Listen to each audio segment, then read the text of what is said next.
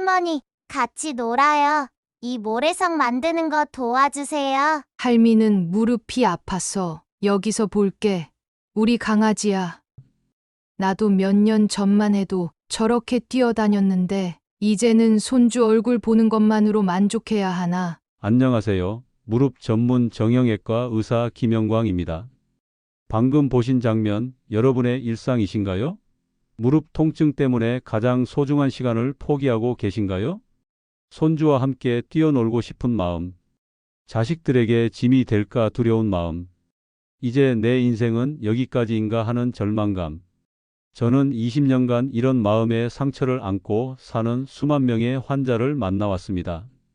그리고 놀라운 사실을 발견했습니다.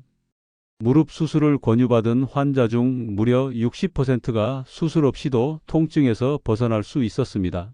거짓말이죠. 다른 병원에선 수술밖에 없다고 했는데 제 환자였던 박순자 할머니 말씀입니다. 박순자 할머니는 78살인데요. 4년 전에 양쪽 무릎 모두 인공관절 수술을 권유받았습니다.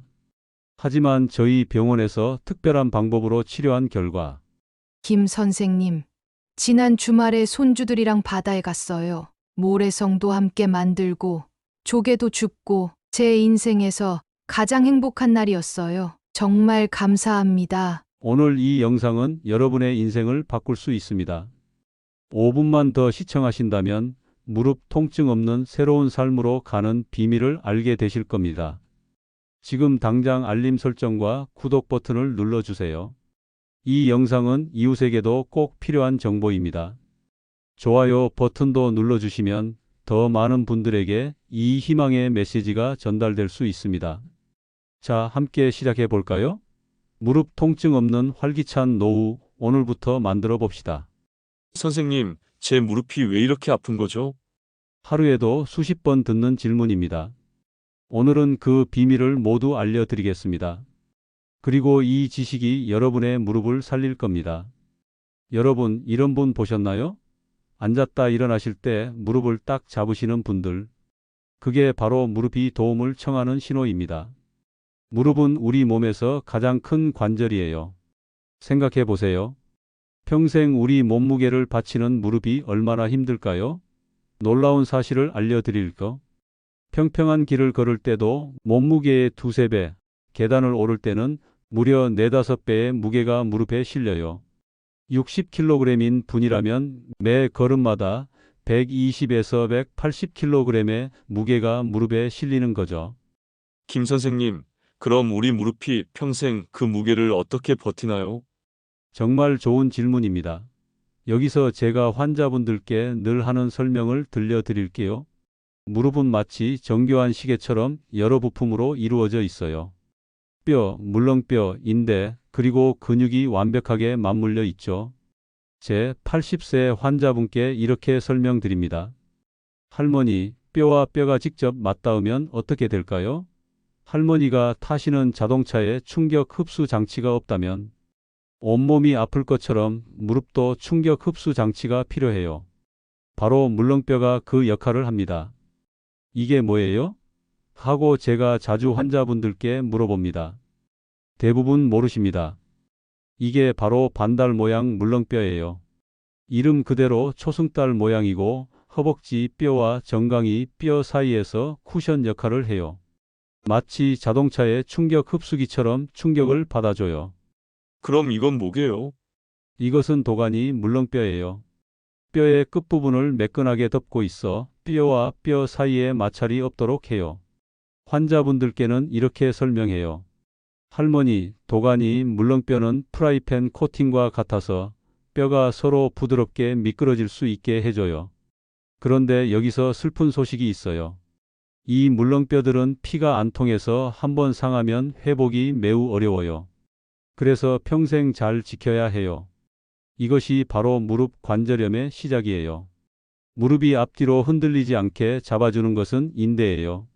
저는 수술할 때 무릎의 여러 인대를 직접 보는데 그중 가장 중요한 것은 십자인대예요. 십자인대는 무릎 안쪽에 X자 모양으로 교차하고 있어서 이런 이름이 붙었어요. 이 인대가 약해지면 무릎이 흔들흔들 불안정해져요. 가장 중요한 것, 무릎 주변의 근육이에요.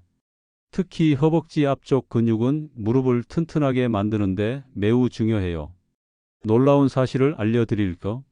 우리나라 어르신들이 서양 사람들보다 무릎 관절염이 훨씬 많은 이유 알고 계셨나요?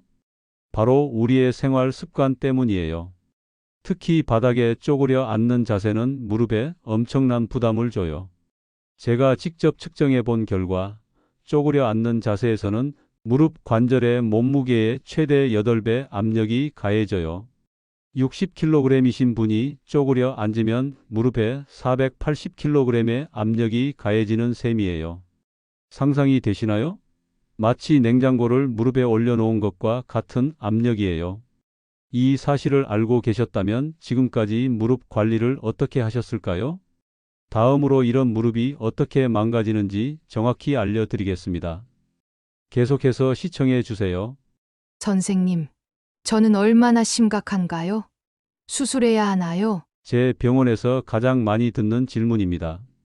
오늘은 여러분이 의사 앞에서 당당하게 물어볼 수 있도록 무릎 관절염의 비밀을 모두 알려드리겠습니다. 무릎 관절염은 1단계부터 4단계까지 나눠요. 마치 암이 1기부터 4기까지 있는 것처럼요. 의사들은 이걸 보고 KL 등급이라고 합니다만 어려운 말은 필요 없어요. 그냥 1에서 4단계로 기억하세요. 1단계. 거의 정상에 가까운 상태예요. 김 선생님, 그럼 1단계는 괜찮은 거네요? 네, 맞습니다. 하지만 우리 몸은 50대부터 변화가 시작됩니다.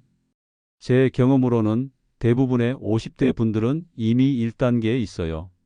지난주 제 병원에 오신 김영수 씨는 55살인데 등산 후 무릎이 시큰거린다고 오셨어요.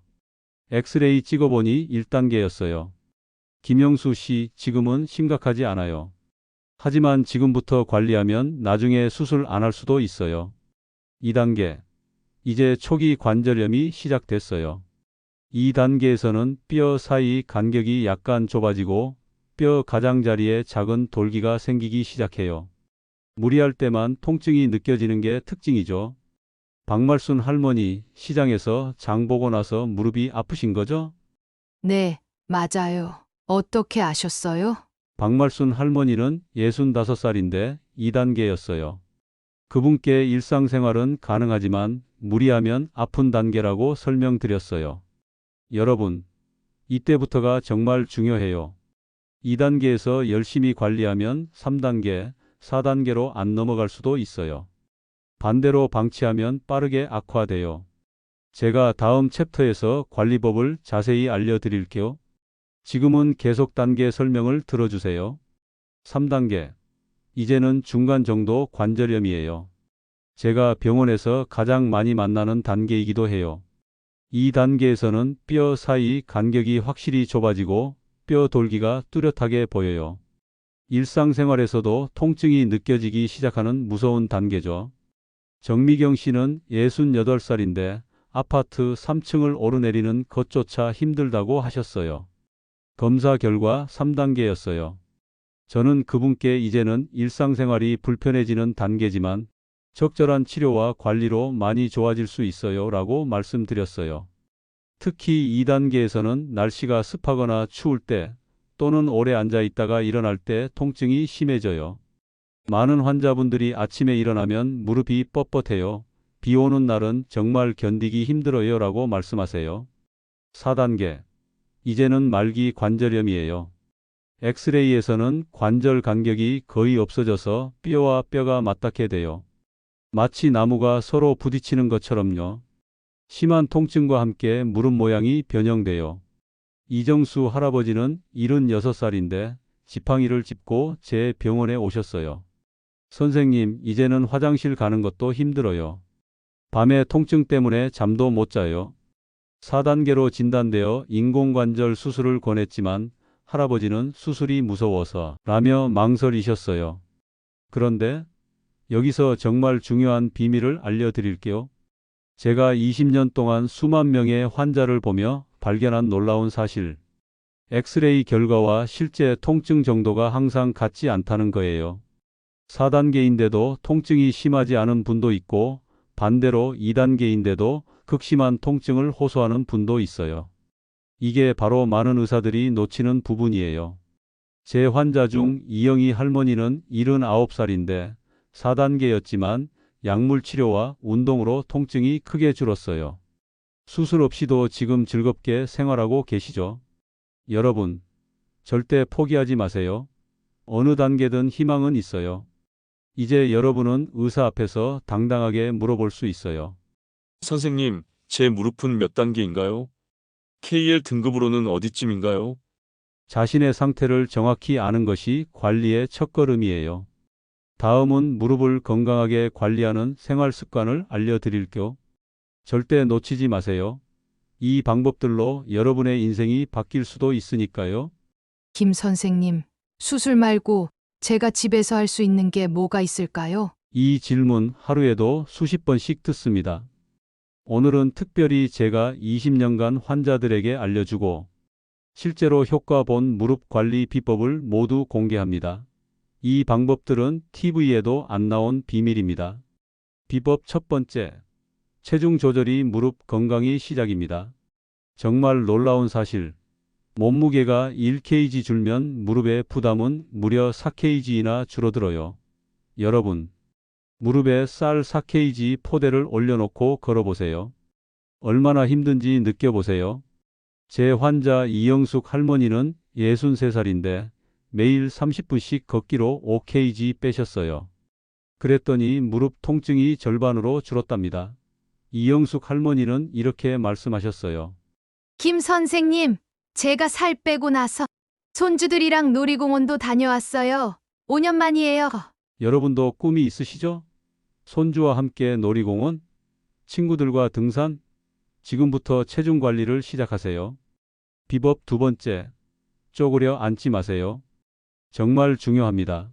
쪼그려 앉는 자세는 무릎 뒤쪽 물렁뼈에 엄청난 압력을 줘요. 우리나라 어르신들 무릎 관절염이 많은 큰 이유입니다. 제가 항상 환자분들께 이렇게 말씀드려요. 할머니, 바닥에 쪼그려 앉아서 화분에 물 주는 5분의 편리함 때문에 5년을 고생하실 겁니까? 김춘자 할머니는 다칠 때문에 항상 쪼그려 앉아 일하셨는데 결국 두 무릎 다 인공관절 수술을 받으셨어요. 지금은 모든 일을 의자에 앉아서 하시거나 쪼그려 앉을 때는 무릎 보호대를 꼭 착용하세요. 비법 세 번째, 허벅지 근육을 키우세요. 여러분, 오늘 정말 중요한 비밀을 알려드립니다. 무릎 통증의 80%는 허벅지 근육 약화 때문입니다. 제가 진료실에서 항상 하는 질문이 있어요. 할머니, 1년 전보다 허벅지가 얼마나 가늘어지셨나요? 대부분 네, 많이 가늘어졌어요 라고 대답하세요. 근육이 약해지면 무릎 관절이 모든 충격을 받게 됩니다. 제가 가장 권하는 운동은 단 2가지입니다. 너무 쉬워서 누구나 할 수 있어요. 첫째, 앉았다 일어서기. 의자에 앉았다가 천천히 일어서는 동작을 10번만 하세요. 아침, 저녁으로 하면 정말 좋아요. 둘째, 누워서 다리 들기. 침대에 누워서 한쪽 다리를 곧게 펴고 들어 올린 후 10초만 유지하세요. 양쪽 다리에 각 10번씩. 우리 박순자 할머니는 78살인데 이 운동만 3개월 했더니 지팡이 없이도 걷게 되셨어요. 여러분도 할 수 있어요. 비법 네 번째, 계단은 조심 또 조심. 여러분, 계단 내려갈 때 무릎에 가해지는 압력이 몸무게의 5배라는 거 아셨나요? 60kg이신 분은 300kg의 무게가 무릎에 실리는 셈이죠. 제 팁을 알려드릴게요. 계단을 내려갈 때는 난간을 꼭 잡고 한 발씩 천천히 내려가세요. 무릎이 아프면 두 발을 한 계단에 모아놓고 내려가세요. 비법 다섯째, 신발이 중요해요. 신발은 무릎 건강이 시작입니다. 저는 환자분들께 쿠션이 좋은 운동화가 무릎 건강에 최고라고 말씀드려요. 반면 굽이 높은 신발은 무릎에 큰 부담을 줘요. 집 안에서도 맨발보다는 쿠션 있는 실내화가 좋아요. 비법 여섯째, 찜질로 통증을 줄이세요. 갑자기 심하게 아플 때는 얼음찜질을 15에서 20분간 하세요. 만성 통증에는 따뜻한 찜질을 20에서 30분간 하는 게 좋아요. 비법 7째. 비타민 D를 챙기세요. 많은 분들이 모르는 사실. 비타민 D가 부족하면 무릎 통증이 심해질 수 있어요. 제 환자 중 비타민 D가 부족했던 김영호 할아버지는 75살인데 보충제 복용 후 통증이 크게 줄었어요. 햇빛을 적당히 쬐는 것도 좋은 방법이에요. 여러분, 마지막으로 가장 중요한 조언을 드릴게요. 나이 들면 다 그런 거지라고 생각하지 마세요. 무릎 통증은 치료할 수 있어요. 이정희 할머니는 82살인데 무릎 통증으로 1년간 고생하다 제 병원에 오셨어요. 그때는 이미 관절염이 많이 진행된 상태였죠. 그분께서 좀 더 일찍 왔더라면 이라고 말씀하시는 모습이 아직도 기억나요. 정말 중요합니다. 무릎 관리는 지금 당장 시작하세요. 지금까지 말씀드린 7가지 비법만 실천해도 여러분의 무릎 건강이 크게 좋아질 수 있어요. 그래도 너무 아파요 하시는 분들을 위해 다음은 병원에서 받을 수 있는 다양한 치료법을 모두 알려드릴게요. 절대 놓치지 마세요. 인공관절 수술 없이도 통증을 크게 줄이는 비밀이 있거든요. 김 선생님, 병원에 가면 어떤 치료를 받을 수 있나요? 다른 병원에서는 그냥 수술하자고만 하던데. 오늘은 특별히 제가 20년간 무릎 환자를 치료하면서 가장 효과 좋았던 병원 치료법을 모두 공개합니다. 이걸 알면 병원에서 더 이상 당황하지 않으실 거예요. 먼저 약물 치료부터 알려드릴게요. 제가 환자분들께 처방하는 약은 크게 3가지예요. 첫째, 소염 진통제. 쉽게 말해 염증 잡는 약이에요. 이부프로펜, 나프록센 같은 약인데 통증과 염증을 함께 줄여줘요. 그런데 주의하셔야 해요. 저는 환자분들께 늘 이렇게 말씀드려요. 할머니, 이 약은 좋은 약이지만 위장에 문제 있으신 분들은 조심해서 드셔야 해요. 특히 식후에 꼭 드세요. 둘째, 타이레놀. 단순 진통제예요. 염증 효과는 적지만 통증만 빠르게 줄여줘요. 특히 위장 문제가 있으신 분들, 나이 많으신 분들에게 좋아요. 셋째, 관절 영양제. 글루코사민, 콘드로이틴 같은 건데요. 이건 마라톤처럼 꾸준히 복용해야 해요. 제 경험상 3개월은 꼭 드셔야 효과가 나타나요. 다음은 주사요법. 무릎 치료의 꽃이라고 할 수 있죠. 첫째, 물렁뼈 주사. 히알루론산 주사라고도 해요. 가장 많이 맞는 주사예요. 저는 환자분들께 이렇게 설명합니다. 할머니, 이 주사는 관절 안에 기름칠을 해주는 거예요. 삐걱거리는 문에 기름치면 소리 안 나잖아요? 그런 거예요. 보통 일주일에 한 번씩 3에서 5회 맞고 효과는 6개월에서 1년까지 가요.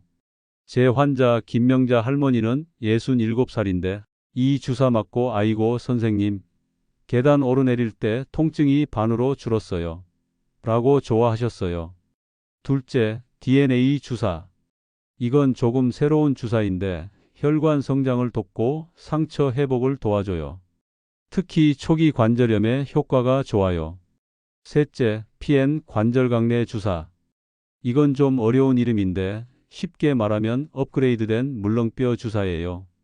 윤활 효과와 재생 촉진 효과를 둘 다 가지고 있어요. 넷째, 프롤로 주사.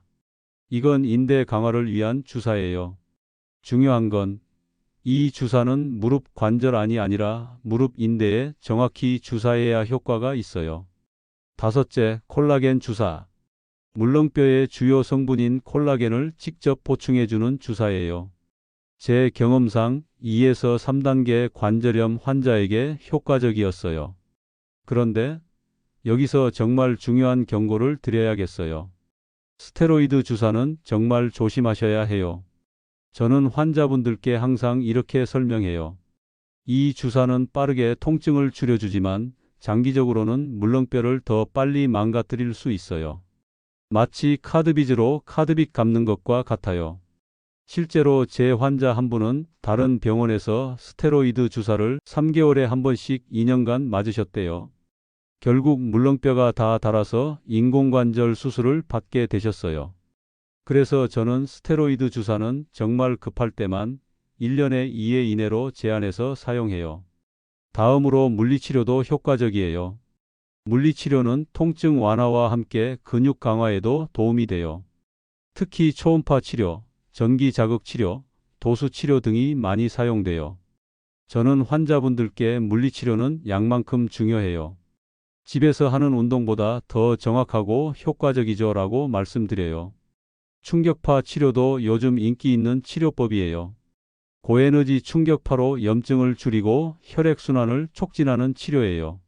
제 환자 이정수 할아버지는 72살인데 충격파 치료 10회 받고 아침에 일어날 때 무릎이 훨씬 덜 뻣뻣해졌어요 라고 말씀하셨어요. 마지막으로 최신 줄기세포 치료에 대해 알려드릴게요. 김 선생님, 줄기세포 치료가 뭐예요? TV에서 본 것 같은데. 좋은 질문입니다. 줄기세포 치료는 최근에 보건복지부 허가를 받은 최신 치료법이에요. 골수에서 추출한 줄기세포를 이용해 물렁뼈를 보호하는 환경을 만들어주는 치료예요. 직접 물렁뼈를 재생시키진 않지만 물렁뼈 파괴를 늦추고 염증을 줄여줘요. 다만 아직 비용이 비싸고 모든 환자에게 효과가 있는 것은 아니에요. 의사와 상의 후 결정하는 게 좋아요. 여기서 제가 20년 진료 경험으로 말씀드리는 가장 중요한 비밀. 자신이 어떤 주사를 맞았는지, 어떤 약을 먹고 있는지 정확히 알고 계세요? 놀랍게도 많은 환자분들이 선생님이 뭘 놨는지 모르겠어요. 그냥 주사 맞았어요 라고 말씀하세요.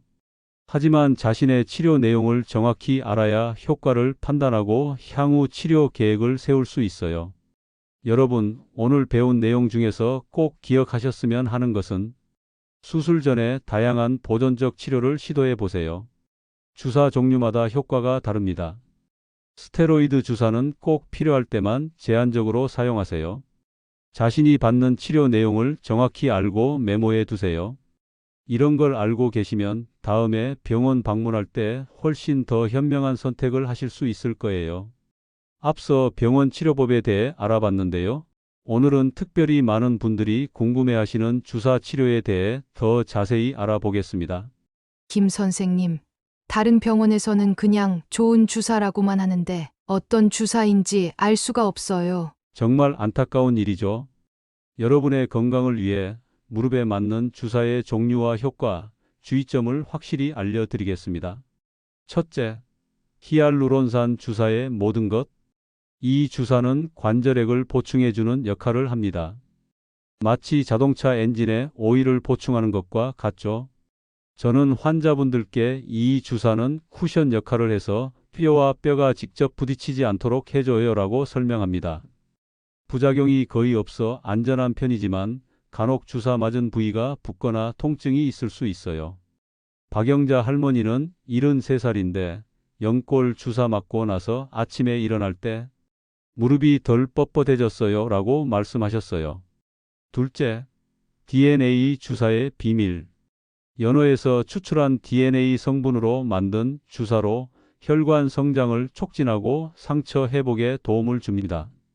저는 이 주사를 연골 주사보다 한 단계 업그레이드된 주사라고 설명해요. 윤활 효과뿐 아니라 조직 회복에도 도움을 주거든요. 주로 초기 중기 관절염에 효과적이며 주 1회씩 3에서 5회 시행합니다.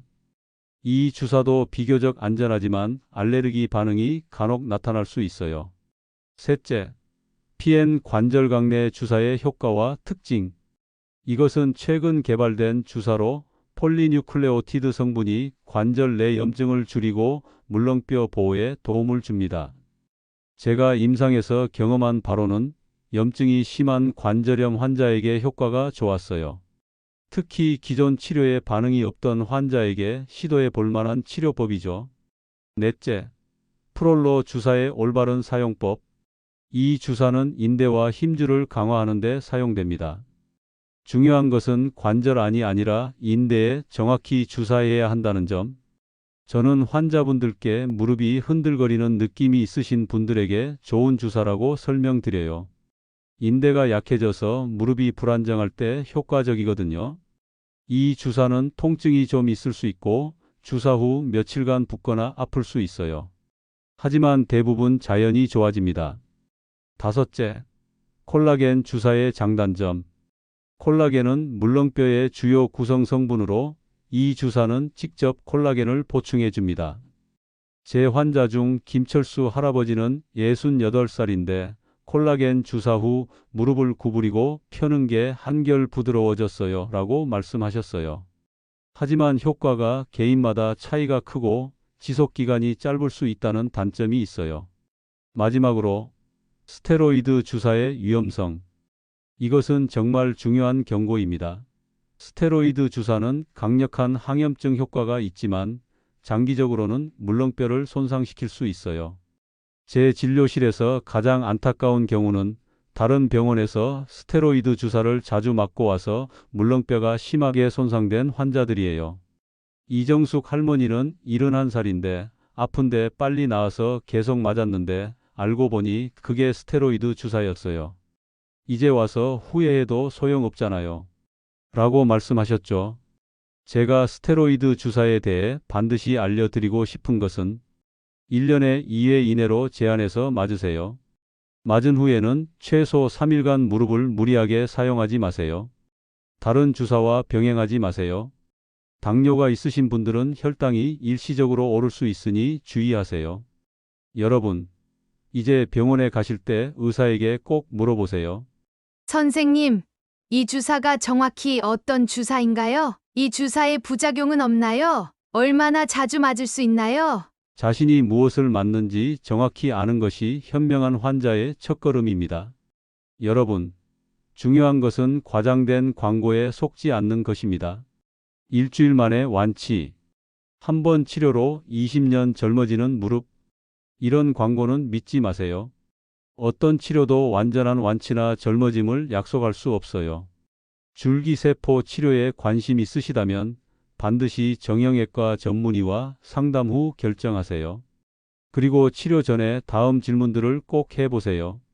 이 치료가 제 상태에 적합한가요? 효과는 언제부터 볼 수 있나요? 부작용은 무엇인가요? 비용은 얼마이고 건강보험이 적용되나요? 치료 후 주의사항은 무엇인가요? 마지막으로 어떤 첨단 치료도 기본적인 무릎 관리를 대신할 수 없다는 점을 기억하세요. 체중 관리, 적절한 운동, 올바른 생활 습관은 여전히 가장 중요합니다. 사랑하는 시청자 여러분, 긴 여정 함께 해주셔서 정말 감사합니다. 오늘 우리는 무릎의 구조부터 시작해서 관절염의 단계, 생활 속 관리법, 병원 치료법, 주사 종류, 그리고 최신 줄기세포 치료까지 배웠습니다. 이제 제가 여러분께 약속 3가지를 부탁드리고 싶어요. 첫 번째 약속, 내 무릎 상태를 정확히 알고 기록하겠습니다. 병원 방문 시 선생님, 제 무릎은 몇 단계인가요? 꼭 물어보기. 어떤 치료를 받았는지 메모하기. 엑스레이 결과를 보관하기. 두 번째 약속, 오늘부터 무릎 건강 3가지를 실천하겠습니다. 하루 10분 허벅지 근육 운동하기. 쪼그려 앉는 자세 피하기. 체중 1kg 줄이기 도전하기. 세 번째 약속, 나는 수술 없이도 건강한 무릎을 가질 수 있다고 믿겠습니다. 많은 분들이 나이 들면 다 그런 거지라며 포기하세요. 하지만 적절한 관리와 치료로 통증 없는 활기찬 노후를 보내실 수 있어요.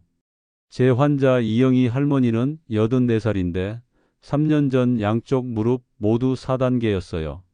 다른 병원에서는 빨리 수술하세요 라고 했지만 우리는 도전적 치료를 선택했죠. 오늘 이영희 할머니가 제게 문자를 보내셨어요. 김 선생님, 오늘 손주 결혼식에서 춤까지 췄어요. 3년 전에 선생님 말씀 안 들었으면 지금쯤 휠체어 타고 있었을 거예요. 정말 감사합니다. 여러분도 이영희 할머니처럼 되실 수 있어요. 절대 포기하지 마세요. 마지막으로 제 진심 어린 조언. 내 상태를 정확히 알고 치료 결정하기. 무릎에 맞는 주사 종류 확인하기. 스테로이드 주사는 정말 필요할 때만 제한적으로 사용하기. 매일 허벅지 근육 운동하기. 체중 관리하기. 여러분의 무릎 건강을 진심으로 응원합니다. 다음 영상에서는 연령대별 맞춤 운동법을 알려드릴게요. 구독과 알림 설정, 좋아요 꼭 부탁드립니다. 감사합니다.